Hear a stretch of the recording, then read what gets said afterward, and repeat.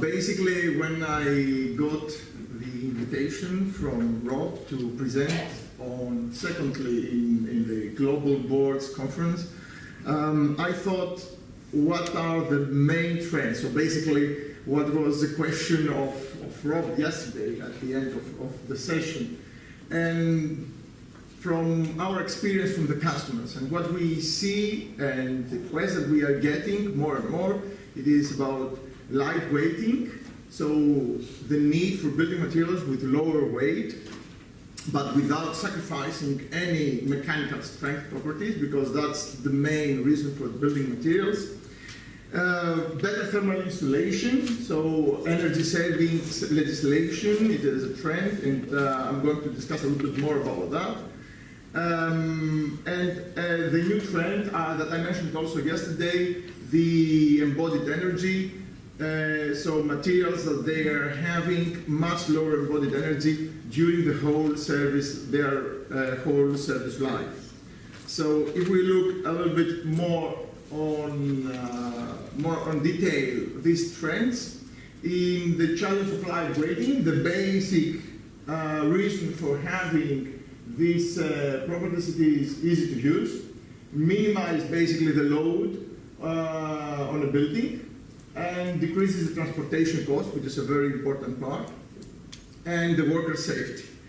Now, if we look a little bit further, which is related to lightweighting, there is the thermal insulation. And it is very clear that there is a trend, especially after the crisis, to go on an energy-saving buildings with reduced thermal energy consumption, better thermal insulation, and materials that could basically stand in different climates. You can see, I can mention some of the North American and European standards, but even in countries, developing countries like in India, there are the same trends. You see the Andhra Pradesh in India has adopted an energy conservative building code. Now, in the challenge of embodied energy, as I mentioned yesterday, the 2020 objective of the European Union, so basically 20% less greenhouse gas emissions, 20% less energy consumption, and plus 20% share for renewable energy, it leads to such kind of classification of building materials based on their energy in the total service life. So the construction industry basically has a very big challenge because it needs to reduce manufacturing energy, and this embodied energy may account for the 20% of the building's energy used. Now, if we look how we tackle these challenges in two cases, first of all, one case with a customer, with a board manufacturer, which required driving down the weight of the cement board industry.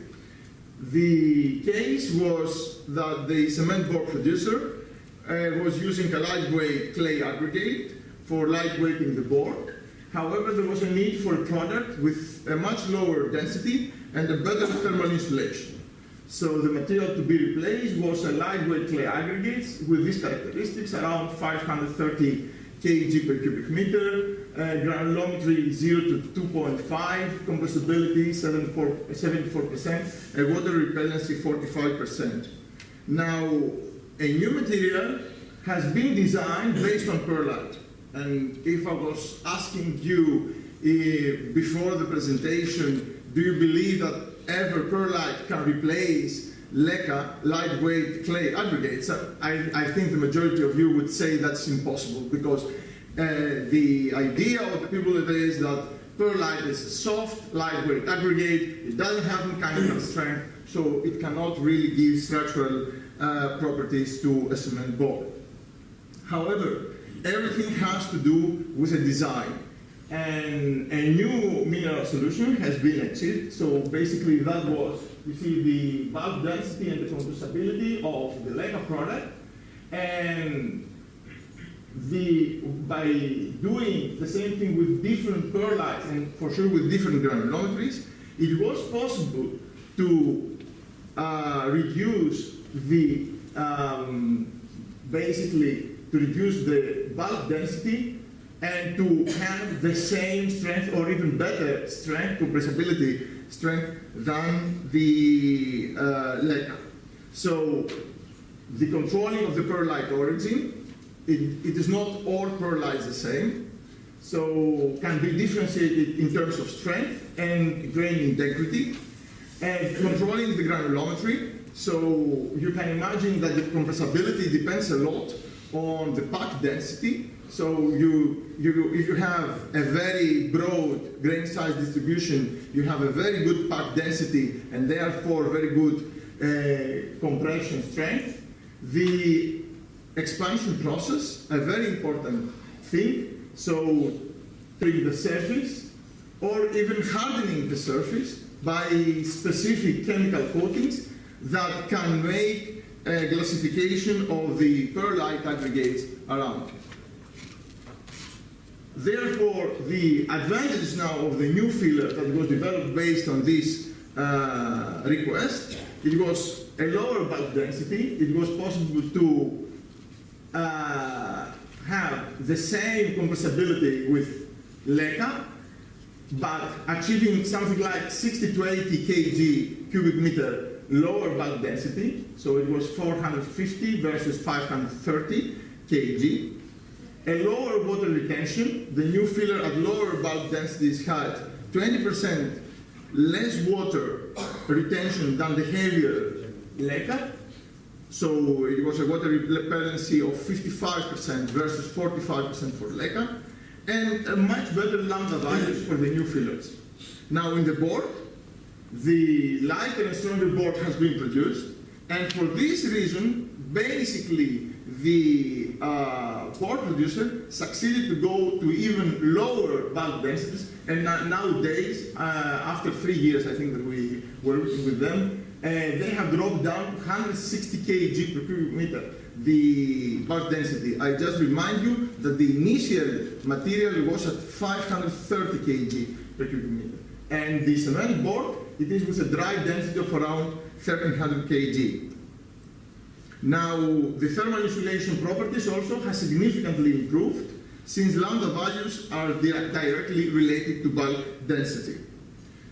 Now, in a second case, which has to do with the with the second and third key trends that I have mentioned, it is to improve the embodied energy of a fiber cement board and simultaneously improving the thermal insulation. This is in a framework of a European project that it is called Lima. It has been finalized. The idea was to develop a new generation of inorganic insulation materials and masonry components with much lower embodied energy. So with 50% lower embodied energy and lower cost for sure. It has also the task to improve the durability and the energy performance at the building level, to have a safer and cleaner indoor building environment, and to use of waste of industrial minerals exploitation, recycled rejects from the glass industry, and industrial byproducts. That's why these products developed, we call them 3I, insulating, inorganic, and incombustible material and masonry components. And as you can see in this project, it was achieved a loose fill material, it was made a binder, and it was made also different kind of products, like again the loose fill. Here you have a roof insulation board, a fiber board, a polymer, a brick filled with the loose fill material, or even a foam board. How this was made? It was made basically through the technology of geopolymers. A few words about that. It is the idea of mixing an amorphous silica and aluminosilicate. Sorry. No, it doesn't work. Anyhow, It is to mix a silicate or an aluminum silicate raw material with an activation solution. This gets dissolved, and you have a water absorption inside, which can lead to an expandable material. So the mineral wastes, recycled glass, and other industrial byproducts has been mixed up and making a mass like, imagine like honey that gets hardened, then it is crushed and sheathed, and after curing at a low temperature, and with an infrared heating much lower than the expansion of perlite, it could lead to an expanded product with much lower bulk density. If we look what are the properties, this is the product that has been developed for the fiber cement boards and had a granulometry of -1 millimeter to +0.1 millimeter, so 100 microns to 1 millimeter. And the conditions were optimized for producing materials with the following properties. So around 90 kg per cubic meter. You see the product, how it looks like in the microscope. It has a bulk density of 96 kg, a particle size 0 to 3, a PSD of I think 1500 microns as expanded product. The water absorption, and the important thing is that here you can see that the floaters are at 100%. It is very important because most of you that you are using expanded perlite, you know that you are never getting 100% floater, so you are getting also a lot of dust together with the expanded perlite. Now, what were the advantages of the new 3i LFM? A lightweight, multifunctional, inorganic, inert, and incombustible product.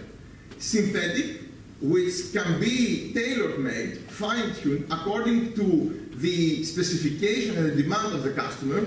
So we could achieve bulk densities starting from 15 kg per cubic meter up to above 120 kg.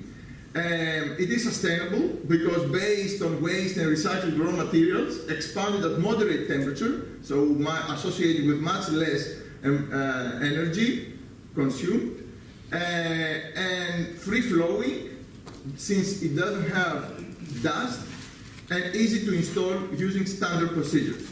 The technical advantages, it is that this product, in comparison with the expanded perlite that has been replaced, it has much lower lambda, so from 0.45 at the same NBD, almost the same NBD, loose bulk density, so from 0.45 milliwatts per metric Kelvin, we have gone down to 41. Lower LBD with the same strength, so achieving exactly the same strength in the board, but having much lower bulk density, it means much lower bulk density in the final product. And the lower embodied energy, if you see, it has been reduced by 63%. So the product that it had perlite inside, it had 93 megajoules per functional unit, while the new product had 34 megajoule per functional unit. Now, in the incorporation of the 3i LFM in fiber cement boards, the new material was successfully incorporated in the production process, so the producer didn't have to do any change because he had in the same form the product as it was. He had an expanded perlite and he replaced it with a lightweight aggregate. The resulting boards had very promising results, so it had much better thermal conductivity in the board level, the same density and shape, but it had the negative that it was black spots and beige color, but this can be with painting, it's not a significant problem for a fiber cement board, and a significant increase of the bending strength of the board in several testing conditions that you can see here. It was in, you see the product, the blue lines are for the original product, and with 3i LFM boards it is the red.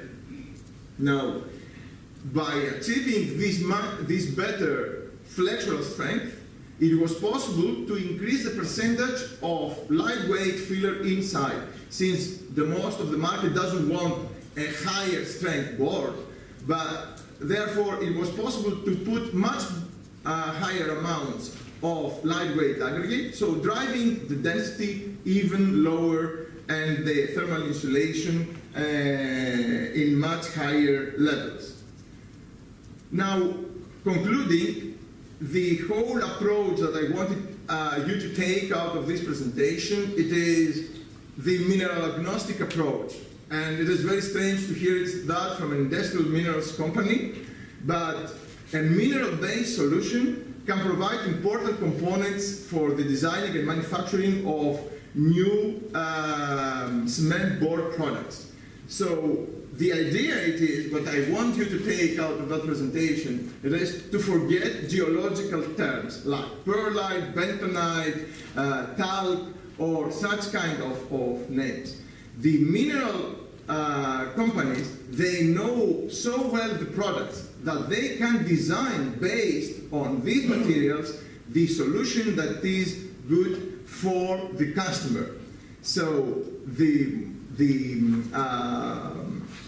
message is describe your unmet need, what you want to do, what you're requiring out of the product that you have in mind, and what you are expecting, the functionalities that you are expecting for this component inside your either production process or in the final properties of the product.